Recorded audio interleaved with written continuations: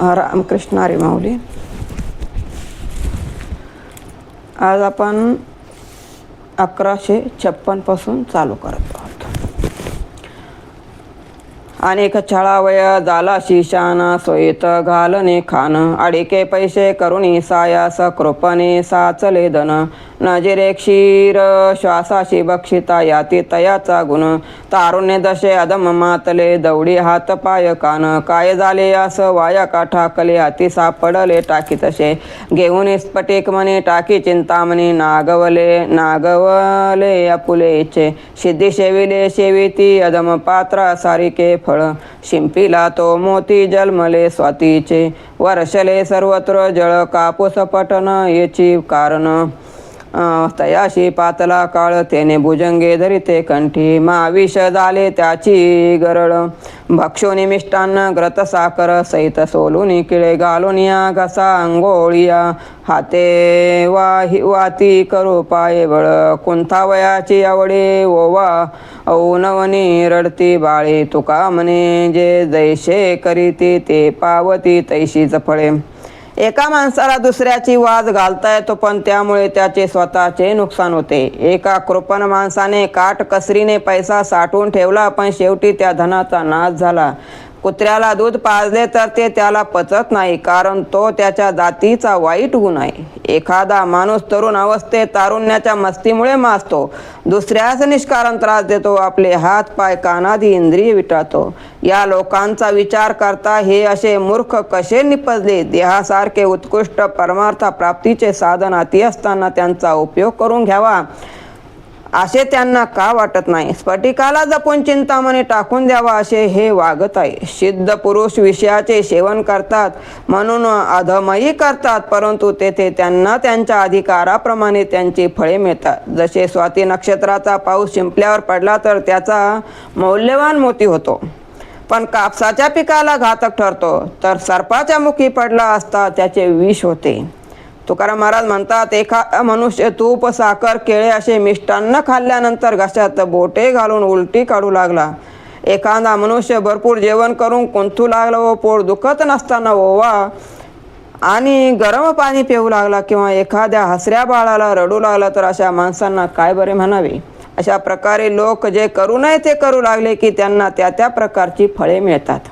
चंदनाचे गावी सर्पाची वसती भोगी ते होते दीपांतरी एका ओझा एक लाभगडे देवा संचिताता ठेवा वेगळाला शिराची वसती अशुद्ध शेवावे जवळी ते जावे भोगे दुरी तुका म्हणे ऐशी बुद्धी ज्याची जळ याऊनी दगड भरी देवा. चंदनाच्या वनामध्ये सर्पाची वस्ती असते पण चंदनाचा सुगंध मात्र दीपांतरी राहणाऱ्या व्यक्तींनाच घेता येतो. एकाच्या डोक्यावर साखरेच्या पोत्याचे ओझे असते परंतु त्याचा लाभ दुसऱ्यालाच मिळतो कारण तो त्याच्या प्रारब्धाचा भोग बलवान असल्यामुळे तो त्याच्या संचिताचा ठेवा असतो. गायीच्या स्तनाला लागलेले गोचिड दूध जवळच असून न पिता रक्त प्राशन करते. अशा प्रारब्धाचा भोग बलवान असल्यामुळे प्रारब्धाने जवळ केले असलेले दूर जातात आणि दूर असलेले जवळ येतात. तुकाराम महाराज म्हणतात, देवा जो चांगल्या गोष्टी ग्रहण करू शकत नाही अशी ज्याची बोथड बुद्धी आहे अशा माणसापेक्षा वाटेवरचा दगड बरा नाही का.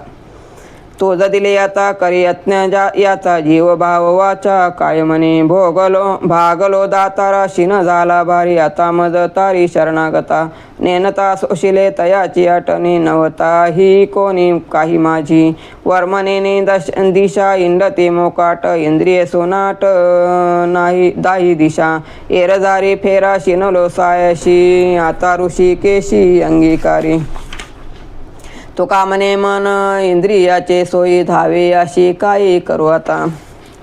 हे पांडुरंगा तुला मी काया वाचा मन जीव भाव सर्व काही अर्पण केले आहे तेव्हा त्यांचे रक्षण आता तूच कर. प्रपंचाचे ओझे वाहून मी थकलो आहे, तुला शरण आलो आहे, माझे रक्षण कर. प्रपंच स्त्री पुत्र माझे कोणीच नव्हते तरी त्यांच्यासाठी कष्ट घेतले. परमार्थाचे कर्म वर मन समजल्यामुळे माझे इंद्रिय दाही दिशांना मुकाट हिंडत आहे. तुका जन्म मृत्यूच्या एरधाऱ्यांनी शिनलो हे ऋषिकेशा माझा अंगीकार कर. तुकाराम महाराज म्हणतात, मन इंद्रियाची सुख सोयी पाहण्याकडे धावत आहे, याला काय करावे मला आता कळत नाही, तूच यातून मला मार्ग दाखव. स्वयंपाक करी संशय तोची धरी, संध्य सागरी अनेक परी बुडती, जाणे विरला एक झाले तेथीचे हे सुख, देखील बहुतेक पुसता वाट चुकले, तेची जाण सोवळे शोधी विकल्पाची मुळे, नाचती पाल्हाळे जे विटाळ कोंडिले, तोची साधी संधी सावध त्रिकाळ जो बुद्धी, संध्याचा संधी वेठी अनेक धरिला, अखंड ते ध्यान समबुद्धी समान, सोंग वाया विनते झाकून बैसती, का करणे जयासाठी तो नातुडे कवने अटी, तुका म्हणेसाठी चित्त वित्ते वाचुनी. जो आचारी स्वतः आपल्या हाताने स्वयंपाक करतो, त्याने जर त्यात विष पडले की काय असा संशय धरला तर जेवणाराही त्या संशयात बुडून जातो. परमेश्वराला आत्मत्वाने जाणणारा माणूस एकदाच असतो, त्यालाच परमात्म्याचा अनुभव आला हे काय असे सुज्ञ माणसांना विचारले असता त्यातील बहुतेक लोक मार्ग चुकलेलेच भेटतात. जो संकल्प विकल्पाच्या मुळाशी जातो तोच खरा सोवळा, जो सोवळ्यांचे नाटक करतो तोच विटाळाने कोंडला जातो. जो त्रिकाळ बालपण तारुण्याने वृद्धत्वात सावध बुद्धी धरतो त्यालाच ही संधी सापडते, तो त्या संधीला वेठीला धरतो. अखंड ध्यान करणारे समबुद्धी व समाधान मिळवितात, तर ध्यानाचे नाटक करणारा डोळे झाकून बसतो. तुकोबा म्हणतात, हरीच्या प्राप्तीसाठी आपले चित्तवित्त अर्पण करावे लागते, त्यासाठी अन्य साधन नाही. माझी असंचता दृढ देखुनी बळीवंता, पळशी पंढरीनाथा ते भेने आता तयाच्या, तरी माझ कळलाशी नव्हता बेटी जाणीवेशी, एक संपादिनी मान करीशी एकाचा, तरी हे प्रारब्ध जे गाडे काही न चढे तया पुढे, काय तुझ ब्या कोडे रे साकडे घालावे, भोगाधिपती क्रियमान ते तुझ नागावे, अजून का वायाविन तुझ म्याक्षीन करावा, तुझ नव्हता न होता माझे काही परिमीन संडी भक्ती सोयी, हो का बलते ठाई कुळी जन्म बलतैसा, तो भितोशी माझी या दोषा काय मागणे ते अशा, तुका म्हणे ऐसा काही न दरी संकोच. माझे बलवान संचित पाहून त्याला भिवून, हे पंढरीनाथा तू पळतोस का, तू मला जो पर्यंत कळला नव्हतास, तुझे मला जाणीव नव्हती तोपर्यंत ठीक होते, पण आता तू मला समजून आला आहेस, माझ्या संचिताला ही मान देतोस आणि आपले महत्त्वही जोपासत आहेस का. माझे प्रारब्ध शक्तिमान आहे, त्याच्या पुढे तुझे काही चालणार नाही, मग मी तुला कोड्यातच का टाको. क्रियमान म्हणजे भविष्यातील भोगाचा राजा आहे, ते तुला अजून वश होत नाही, तर त्याच्या निवृत्तीसाठी व्यर्थ तुला का कष्ट देऊ. तू जरी माझ्यासाठी काही केले नाहीस तरी मी तुझा मार्ग सोडणार नाही, मग मला कोणत्याही कुळात जन्म प्राप्त हो. तुकाराम महाराज म्हणतात, हे विठ्ठला तू माझ्या ठिकाणी असणाऱ्या दोषांना घाबरतो आहेस का, की मी तुझ्याजवळ काही मागेन अशा कल्पनेने तू भीत आहेस. माझ्याविषयी कोणताही संकोच मनामध्ये धरू नकोस. लोकमान देह सुख संपत्ती भोग उपभोगे अनेक विटंबना दुःख तुझिया भेटे वाचुनी, तरी मज ये भेट काय ठाकलाशी नीट, थोर पुण्यवीट तुझ दैवीचे लादली, काय ब्रह्मज्ञान करो कोरडे रीते, मायेचे मापाळे भेटी विन कुडे तुझी अवघे मज वाटे, आत्मस्थितीचा विचार काय करू हा उद्धार, न देखता विर चतुर्भुज मज नाही, रिद्धी सिद्धी काय करू अथवा आगम विचारू, भेटी विन तारू तुझ्या वाटे मज यांचा, तुझ वाचुनी काही व्हावे ऐशे नको माझ्या जीवे, तुका म्हणे ध्यावे दरुशन पायाचे. लोकप्रतिष्ठा देहोपभोग संपत्तीच्या उपभोगाने देहाला होणारे हे जे सुख आहे ते सर्व विठ्ठलाच्या भेटी वाचून व्यर्थ आहे, विटंबना आहे, त्यामुळे परिणामही दुःखी आहे. म्हणून मी तुला अर्थतेने साथ घालित आहे, ताठपणे विटेवर का उभा आहेस, आमच्या नशिबानेच तुला ही वीट मिळाली आहे हे समजून घे. कोरडे ब्रह्मज्ञान मला नको आहे, रिकाम्या मापासारखी मायेची निष्फळ चर्चा नको आहे, मला फक्त तुझी भेट हवी आहे. आत्मस्थितीचा विचार करून होणाऱ्या उद्धारापेक्षा मला तुझे चतुर्भुज रूप पाहावेसे वाटते. रिद्धिसिद्धीची प्राप्ती किंवा कठीण शस्त्राचा अर्थ घेऊन काय करू? तुझ्या भेटीशिवाय या सर्व गोष्टीचा भारच वाटतो. तुकाराम महाराज विठ्ठलाला म्हणतात, मला तुझ्या पायाचे दर्शन हवे, तुझ्याशिवाय मला इतर काही नको. तुझा मजवून तुझं नेणे, तुझ्या मजवून तुझं नेणे ऐशे काय माझे जिने, तरी मज कवनाचा आधार करोनी राहोदीर. काय शब्दाचे ऐकला भेटी नव्हता गा विठ्ठला, तुका म्हणे आता अभय देई पंढरीनाथा. हे विठ्ठला, मी स्वतःला तुझा म्हणून घेतो, पण तुला पूर्णपणाने जाणत नाही हे माझे जिने व्यर्थ आहे. तुझ्याशिवाय मला कोणाचाही आधार नाही, मी धीर कसा धरू? मी तुझ्याविषयी शब्दातूनच ऐकले आहे, पण तुझी प्रत्यक्ष भेट मात्र झाली नाही. तुको म्हणतात, हे पंढरीनाथा, मला भेट आणि अभयदान दे. उद्धवा क्रूराशी अनेक व्यास अंबरुषी, रुक्मांगद प्रल्हादाशी दाविले ते दाखवी. तरी मी पाहेन तुझे श्रीमुख चरण, उताविळ मन तया कारणे ते जनक श्रुत देव करी कैसा शोभलाशी हरी. विदुराच्या घरी कन्या धरी कौतुके, पांडवा कांती तेथ पावशी स्मरती. गातले द्रौपदी लागे बिरडे चोळीचे, करी गोपीचे कौतुक गाय गोपाळाशी सुख. दावी तेची मुख दुष्टी माझ्या फुले, तरी कानाताचा दाता मागितला शरणागता. तुको म्हणे आता कोडे पुरवी हे माझे.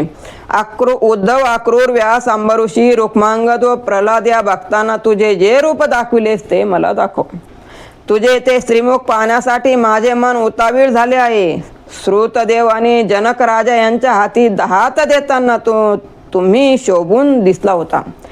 विदुरा घरी तुम्ही कन्या आवडीने सेवन केल्या होत्या. पांडवांनी संकटकाळी तुमचे स्मरण करता तुम्ही प्रगट झाला. द्रौपदी पंक्तीत वाढत असताना तिच्या चोळीची गाठ सुटली, तेव्हा ती तुम्ही बांधलीत. गोकुळातील गोपीचे तुम्ही कौतुक करता. गाई गोपाळांना तुमचे श्रीमुख पाहून सुख समाधान वाटते ते मला दाखवा.